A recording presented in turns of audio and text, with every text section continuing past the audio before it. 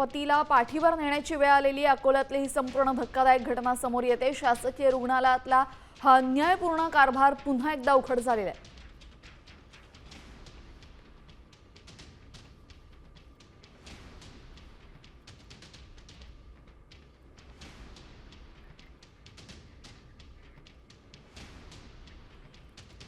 ही घटना तुम्ही पाहताय, आपल्या पतीला पाठीवर घेऊन जाणारी ही महिला आहे।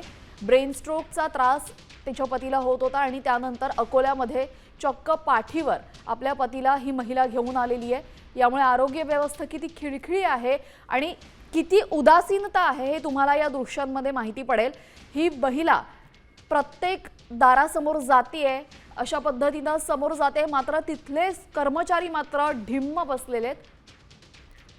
आपल्यासोबत आमचे प्रतिनिधी अक्षय गवळी जोडले गेलेले आहेत। अक्षय, अत्यंत विदारक परिस्थिती आपण पाहतोय। ही महिला ठिकठिकाणी आपल्या पतीला पाठीवर घेऊन जाते, मात्र एकही जण तिच्या मदतीसाठी पुढे सरसावून आलेला नाहीये।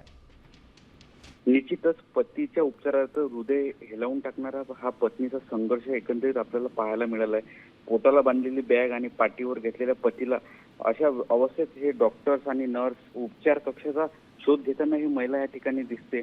व्हीलचेअर अर्थातच जे हे असते बेड रेस्ट असते वेळेवर न मिळाल्यामुळे कुठेतरी पाठीवर घेण्याची पतीला वेळ आलेली आहे। या व्हायरल झालेल्या व्हिडिओनंतर कुठेतरी सोशल मीडियावर या घटनेचा संताप व्यक्त होत आहे।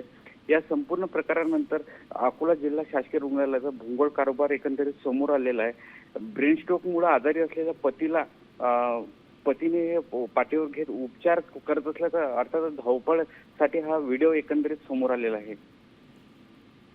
जी, धन्यवाद आपण दिलेल्या माहितीसाठी। आपण पाहतोय यावेळेस अकोल्यातली ही अत्यंत गंभीर परिस्थिती आहे।